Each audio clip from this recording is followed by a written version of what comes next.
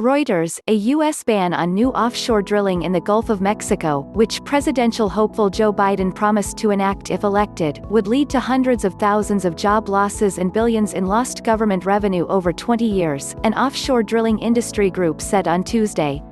The report by the Washington-based National Ocean Industries Association comes as Biden and other Democrats hoping to unseat Republican President Donald Trump in November's election have vowed to shift the country away from planet-warming fossil fuels to help avert the worst impacts of climate change.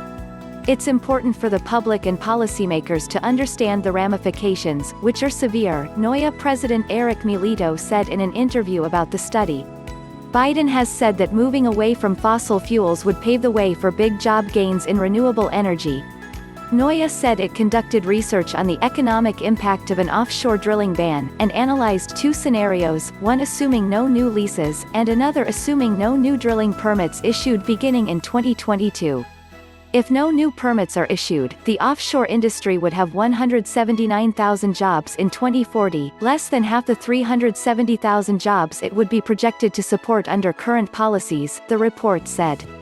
Government revenues from the industry, meanwhile, would be $2.7 billion a year instead of $7 billion, it said.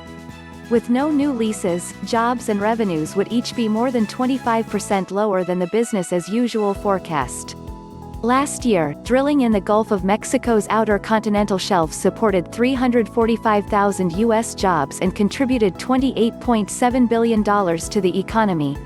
But that was before the coronavirus pandemic choked off demand for transport fuels, igniting an oil price collapse that put the industry in crisis. NOIA said the report's forecasts take into account the current industry downturn. From Yahoo!